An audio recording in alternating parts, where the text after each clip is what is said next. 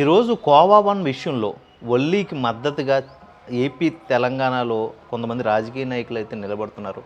అలాగే ఏపీలో నారా లోకేష్ గారు కానీ, లేకపోతే జనసేన పార్టీ నుంచి నాగేంద్రబాబు గారు కానీ స్పందించారు.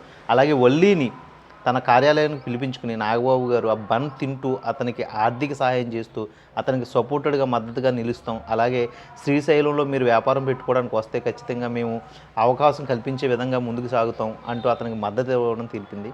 అయితే ఇక్కడ నాకు అనిపించిన విషయం ఏంటంటే తెలంగాణ గవర్నమెంట్ ఎందుకు స్పందించలేదో నాకు అర్థం కావట్లేదు. మైనార్టీ వర్గాలకి పెద్దపెట్టేసే తెలంగాణ గవర్నమెంట్ ఈ విషయంలో ఎందుకు స్కిప్ చేసింది?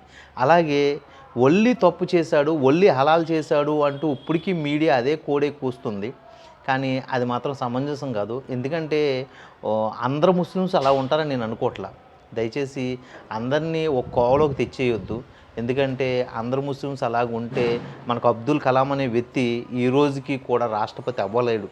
ఓకే, అది గుర్తుంచుకోవాలి. నేను చూస్తుండగా ఒక మీడియా అనుకుంటా 3 నెలల క్రితం ఒక టెర్రరిస్ట్ అటాక్ జరిగింది కదా ఢిల్లీలో. ఆ టెర్రరిస్ట్ అటాక్లో ఉన్న వ్యక్తి మన హైదరాబాద్ వ్యక్తి. అతను ఆయిల్ ప్యాకెట్లు అమ్ముతున్నాడు, ఆయిల్ ప్యాకెట్లు కూడా కల్తీ చేస్తూ అమ్ముతున్నాడు. ఓకే, అది గుర్తు చేస్తూ ఒల్లి ఎందుకు చెయ్యడు, మీరు నమ్ముతారా అంటూ ఒల్లీని విమర్శించడం అనేది సమంజసం కాదు. అలా చేస్తూ ఉంటే ఈ రోజుకి ఆ ఫ్యామిలీ మీద అనుమానం ఉంటే చుట్టుపక్కల కూడా ఖచ్చితంగా వ్యతిరేకించరు.